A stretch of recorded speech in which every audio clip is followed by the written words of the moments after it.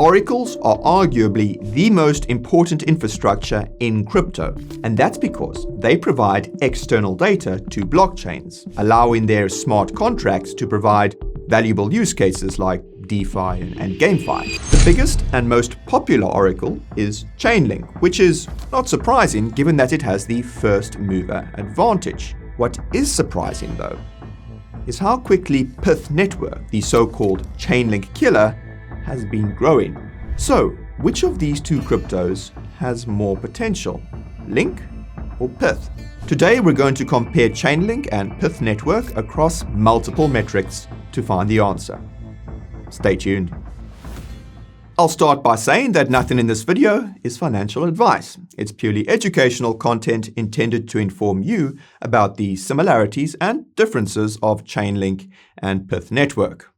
And I'll also note that some other members of the Coin Bureau team do hold PYTH in their personal portfolios, but we will be as objective as possible in our analysis. It should go without saying. And if you want to know what other cryptos we hold and which ones we're personally considering adding to our portfolio, then you can become a member of the Coin Bureau Club using the link in the description.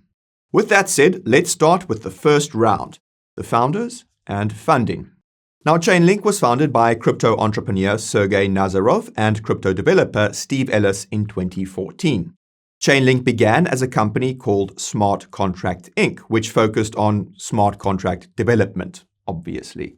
They soon realized that smart contracts required external data to be useful, and this led to the creation of Chainlink, a solution to the so-called Oracle problem. Chainlink was originally proposed in a 2017 white paper authored by Sergey, Steve, and a Cornell University professor called Ari Jules. This technically makes Ari the third co-founder of the Chainlink protocol, which launched in 2019.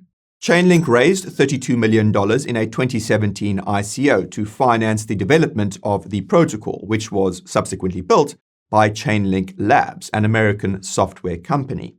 The ongoing development of Chainlink's ecosystem is coordinated by the Chainlink Foundation, a non-profit which is based in the Cayman Islands. As for the PYTH Network, it was originally founded by Jump Crypto in 2021. Now, Jump Crypto is the subsidiary of Jump Trading, a Wall Street trading firm that's famous for using algorithmic trading in its strategies. Jump Crypto itself is famous for being very involved in Solana's ecosystem, building infrastructure like FireDancer, for example. Now, whereas Chainlink was created to solve the Oracle problem, PYTH Network was created to solve the efficiency problems of existing crypto oracles. PYTH Network launched the same year it was founded, and I'll quickly note that Jump Crypto purchased the Wormhole Bridge the same month the Oracle was launched. We'll come back to why that's relevant in the next round. Coin Bureau Club members will already know though. PYTH Network raised an undisclosed amount in a 2023 VC raise. Interestingly, the PYTH Data Association, which is the Swiss non-profit that oversees the Oracle's ongoing development, was founded back in 2021. But Duro Labs, the Portuguese software company consisting of former Jump Crypto employees that built PYTH Network, wasn't founded until 2023. And if you're enjoying this video so far, be sure to smash that like button, subscribe to the channel, and ping the notification bell as well so you don't miss our next altcoin comparison. All right, time for round two, the technology. As I hinted in the first round, Chainlink is no longer just an oracle. Today, it's an ecosystem consisting of various crypto-focused products and services, such as proof of reserves for exchanges, verifiable random functions for NFTs and GameFi, and cross-chain communication for blockchain interoperability. For the purposes of this video, however, we'll focus only on Chainlink's Oracle services. And this is partly because of time, partly because it makes for a fairer comparison, and partly because Chainlink's other products and services have not seen as much adoption according to DeFi Llama. We'll come back to adoption a bit later. Now, Chainlink's Oracle services can be divided into two buckets, data feeds and data streams. Data feeds are Chainlink's original Oracle service. As the term suggests, data feeds provide external data to smart contracts, namely data about crypto prices. and this is done by a network of Chainlink nodes. According to Chainlink's ecosystem directory, there are currently around 100 node operators, and per the data feeds page on the Chainlink website, node operators are providing around 1,000 data feeds to almost 20 blockchains. And notably, these blockchains are all EVM-based, i.e. there is no non-EVM support. Another thing worth noting is that Chainlink's data feeds use a push-based design. And this means that smart contracts must pay for data feeds even when they don't need them. And Chainlink's data feeds are also, well, relatively slow. But the trade-off is that they come with much greater security and decentralization due to their unique design. And this ties into data streams, which are newer Oracle services that Chainlink launched last year.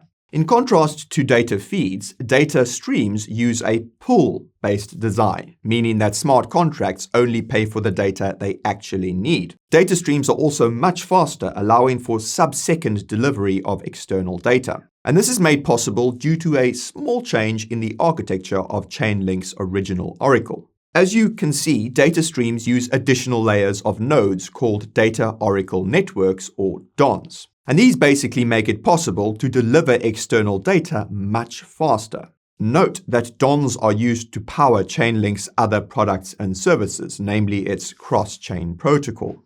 According to the data streams page on the Chainlink website, DONs are providing around 100 data streams to 5 blockchains. Notably, one of these blockchains is Solana, which foreshadows additional non-EVM support for data streams. And this makes sense given the use of DONs in data streams and the use of DONs in Chainlink's cross-chain protocol, as I just mentioned. Now, as for PYTH Network, its Oracle is a pull-based design by default. And like Chainlink data streams, the PYTH Oracle is very fast, likewise allowing for sub-second delivery of external data. The PYTH Oracle even uses a similar architecture to Chainlink's DONs. The difference is that PYTH technically has its own blockchain. And this blockchain is called PythNet, and it's essentially a private and permissioned copy of the Solana blockchain. According to the PYTH Network documentation, the PythNet blockchain is operated by the PYTH Oracle's data publishers. Per the PYTH Oracle's KPI dashboard, there are currently over 120 publishers. The KPI dashboard also notes that the PYTH Oracle is providing over 500 data feeds to almost 100 blockchains. And this is where the wormhole bridge comes back into the picture. The reason why the PYTH Oracle supports so many blockchains is because it uses the wormhole for cross-chain interoperability. In other words, data is published to the PythNet blockchain by its data publishers, who double as its validators. Then, this data is bridged to other blockchains using the wormhole bridge when requested. And I'll quickly remind you that Jump Crypto purchased the wormhole bridge the same month that PYTH launched. Now, this is where things get interesting again. If you've been keeping up with our Solana updates, you'll know that we flagged the fact that PYTH's data publishers push feeds to Solana directly and to every other blockchain indirectly via PythNet and Wormhole. This, therefore, gives Solana a slightly unfair advantage. And that's because publishing data feeds indirectly results in slightly slower data feed delivery to other blockchains. PYTH Network seems to have recently tweaked its documentation, so it's not clear if this is still the case. However, the fact that PYTH data publishers need to run both a Solana RPC node and a PythNet validator suggests that the PYTH Oracle still publishes data directly to Solana and indirectly to other chains. In other words, data publishers feed data directly to both Solana and PythNet. Alrighty, time for round 3, tokenomics and price potential. LINK is an ERC-677 token that was originally minted on Ethereum and now exists on more than a dozen smart contract chains, including Cardano and Solana. LINK is used to pay Chainlink nodes for all the products and services they provide and can be staked by both node operators and LINK token holders. The catch is that there's a limit to how much LINK can be staked in each version of Chainlink's staking rollout.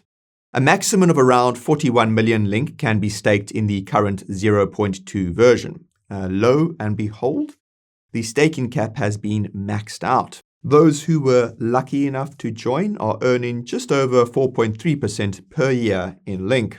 The caveat is that these rewards don't come without risks. According to the Chainlink staking website, node publishers who choose to stake in version 0.2 risk being partially slashed if they act maliciously or ineffectively. To clarify, node staking is currently only voluntary according to Chainlink's documentation. To be exact, the requirement to use LINK as collateral depends on the data feed contract in question. Now, LINK has a maximum supply of 1 billion, which was allocated as follows: 35% to ICO participants, 35% for node operator incentives such as staking rewards, and 30% to the company behind Chainlink. And it appears that all LINK allocated to ICO participants was immediately unlocked when the token launched. It also seems that the remaining supply has no predetermined vesting schedule. LINK supply data from Tokenomics suggests that LINK's supply schedule is determined by Chainlink and related to things like staking and developer funding. As you can see, there was significant supply growth in 2022 and 2023. Lo and behold, the significant increase in LINK's supply in 2022 and 2023 corresponds almost perfectly to its poor price action during this period.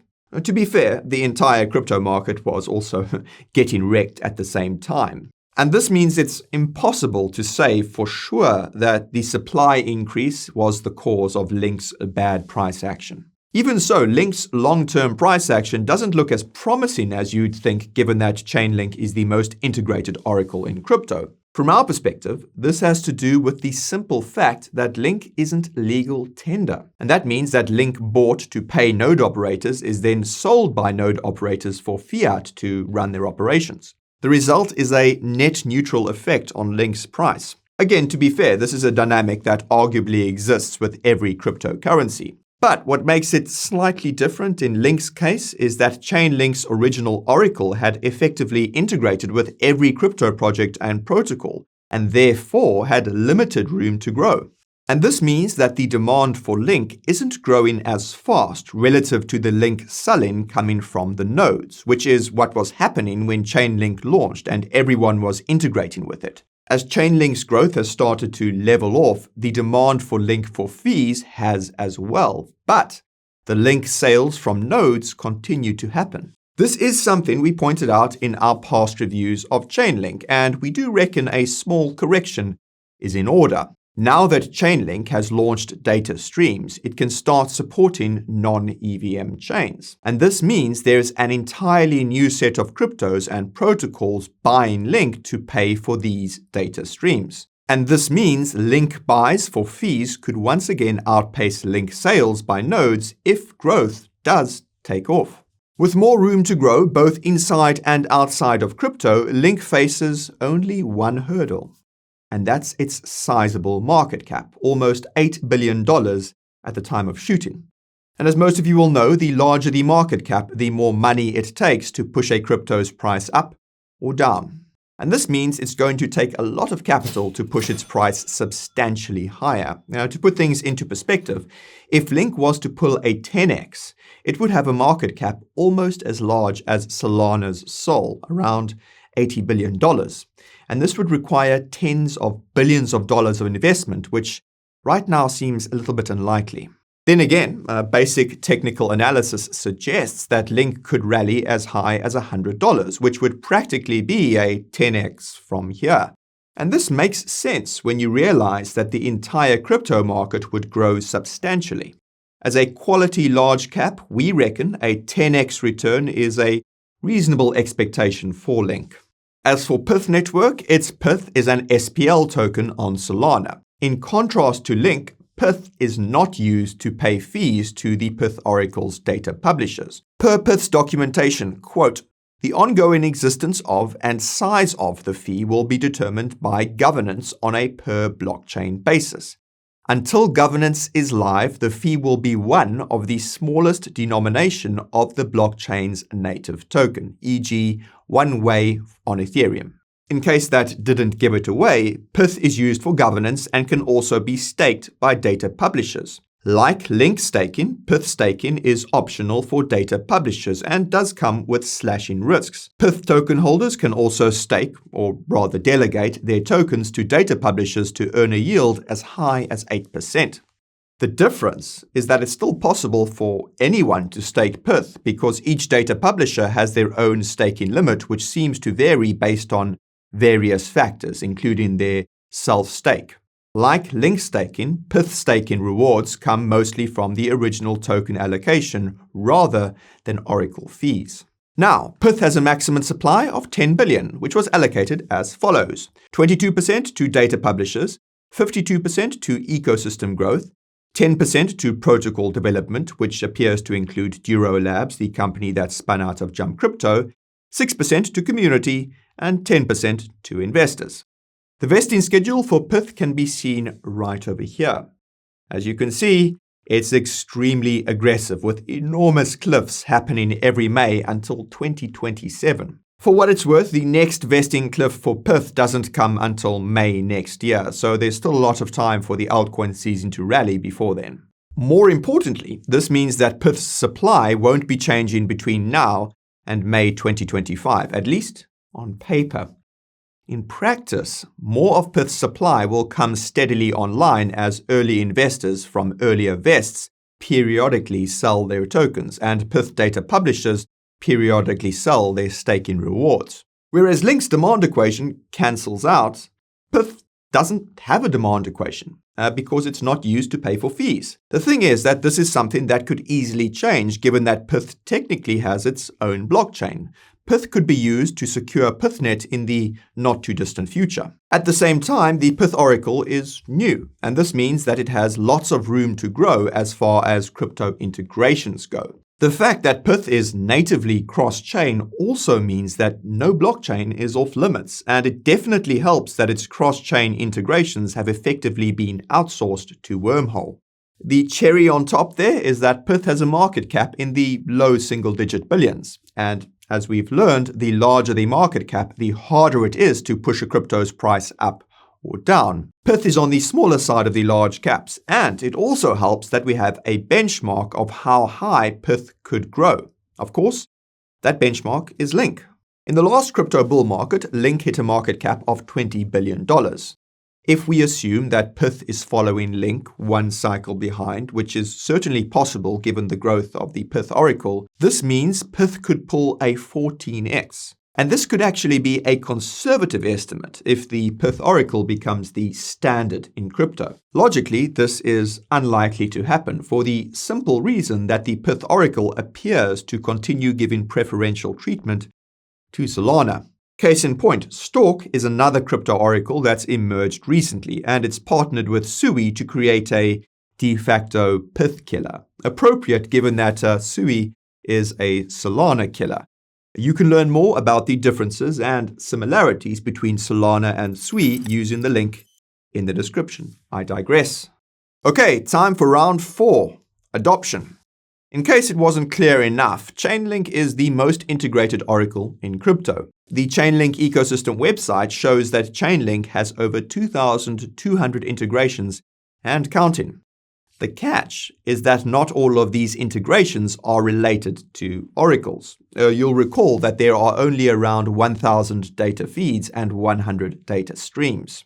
And you'll recall that most of the blockchains Chainlink has integrated with are EVM-based. Again, there are some exceptions, such as Solana, and you'll recall there's been some integrations with the likes of Cardano. And this foreshadows more Oracle integrations, but it's still not as long of a list as you'd think. That said, there's no denying that Chainlink secures an incredible amount of on-chain value, over $25 billion worth according to DeFi Llama. As you can see though, this figure has been fairly stagnant since the last bull market and could continue to be if on-chain activity keeps moving away from EVM chains. While it's true that Chainlink offers more than oracles, data from DeFi Llama suggests that its other products and services have seen relatively limited adoption.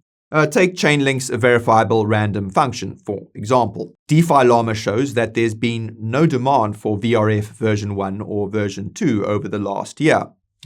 Then again, there hasn't been much demand for VRFs lately in general.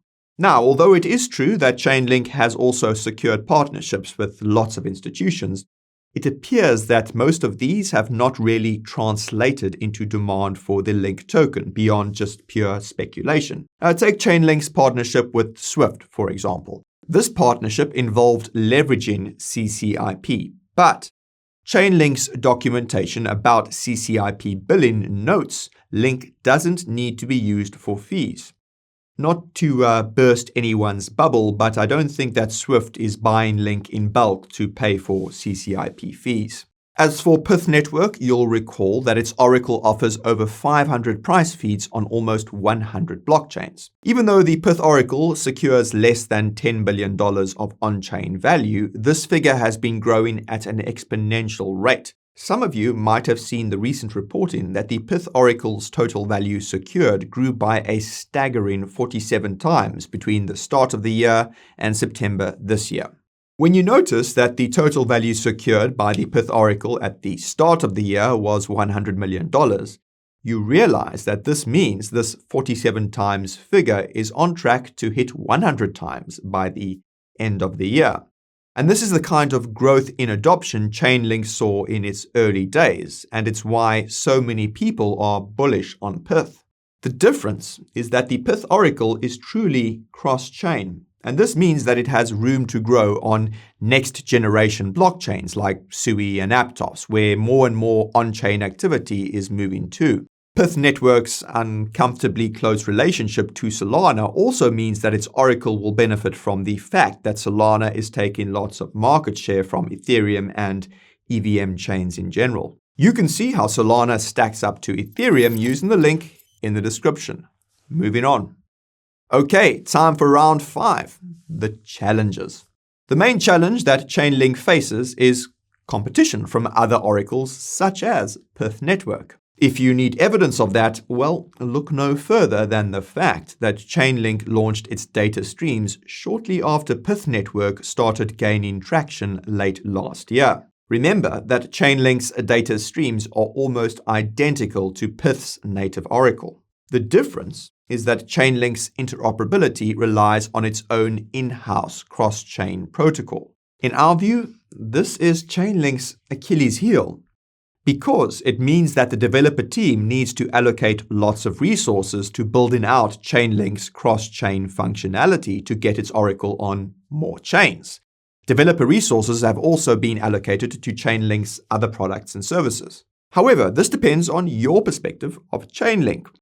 If you believe that Chainlink is just a crypto project, then its ecosystem of products and services is counterproductive because it means that it's competing on multiple fronts against crypto projects that are hyper-focused on a single product or service. But if you believe that Chainlink is more than just a crypto project, then its ecosystem of products and services is the correct strategy because it allows Chainlink to evolve to become, well, more than a crypto project. The question then becomes, how much of Chainlink's off-chain activities benefit Link? As discussed in the previous round, the answer is that it might not benefit Link very much beyond just price speculation. As for PYTH Network, its main challenge is centralization. Not in terms of architecture per se, but in terms of its approach. For starters, PYTH Network is hyper-focused on being a crypto data oracle and nothing more. Again, this is good if you think that PYTH will benefit from just being a crypto project. But it's bad if you think that PYTH would benefit from expanding to other products and services. PYTH Network also appears to be reliant on Jump Crypto, albeit to a much lesser extent than it once was. Let's be real. Portugal-based Duro Labs probably isn't the one that's onboarding all of the data publishers coming from Wall Street. PYTH Network is also critical infrastructure for Solana, and Jump continues to be heavily involved in Solana's ecosystem. And this ties into another potential point of failure, and that's the wormhole bridge. As most of you will know, the wormhole bridge was exploited for over $300 million in 2022. If the wormhole bridge was to be exploited again, it would not only result in billions of dollars lost, but potentially result in Pyth's Oracle feeds going offline. And this relates to another point of centralization for PYTH Network, and that's its focus on Solana. On the one hand, this could help the PYTH token because Solana looks like it's going to be the Ethereum of this cycle, so to speak. On the other hand, this could limit PYTH's Oracle integrations due to its apparently preferential treatment of Solana. And that's the bell. Gloves down. Let's see who won the fight. PYTH Network arguably wins round 1. And that's because the PYTH Oracle was founded by one of the world's top trading firms, which literally specializes in cutting-edge financial technology. PYTH Network's funding may be unknown, but it's known that Jump Crypto has spared no expense on crypto infrastructure. Let me remind you that they bailed out Wormhole after that massive hack, and we reckon it's possible that was mainly because of Wormhole's key role in the PYTH Oracle's cross-chain infrastructure. This segregation of the Oracle and bridging also underscores the fact that we're dealing with an advanced approach to crypto infrastructure. But Chainlink arguably wins round 2, and that's because it pioneered the Oracle technology that almost every other crypto Oracle uses today, including PYTH Network. Chainlink paved the way for data-filled smart contracts and continues to raise the bar for other kinds of crypto infrastructure that interfaces with the off-chain world. What's remarkable is just how modular this infrastructure is. To refresh your memory, Chainlink's data oracle networks, or DONs, can be customized to do anything from providing low-latency data to moving messages between chains. The fact that DON-based technology, like CCIP, is being used by institutions like Swift highlights just how innovative this technology was. PYTH Network arguably wins round 3 though, and that's because it has more potential across every vertical. The PYTH Oracle has more room to grow in terms of supported chains, protocols, and data feeds. The PythNet blockchain has more room to create utility for the PYTH token, and the PYTH token itself has more room to grow in terms of market cap. Let me remind you that it's possible LINK will 10x, but it's likely that PYTH will 14x if it's following LINK one cycle behind. If we're talking strictly in terms of potential returns, PYTH has the advantage because of this fact alone, and the growth of the Oracle and evolution of PythNet are the perfect narratives to get it to 14x and beyond. However, Chainlink arguably wins round 4. And that's because Chainlink is a trusted brand, and rightfully so. It has reliably delivered data to crypto's most valuable protocols for 5 years and counting. The recent launch of Chainlink's data streams means that no blockchain is off limits thanks to its DON-based architecture. When you combine this with the fact that Chainlink doesn't play favorites, it's easy to see how Chainlink's data streams could become more popular than the PYTH Oracle on every chain but Solana. The presence of DONs also opens the door to data streams that connect to critical non-crypto native infrastructure, such as Swift. And this leaves the final round, and we're 2 for 2.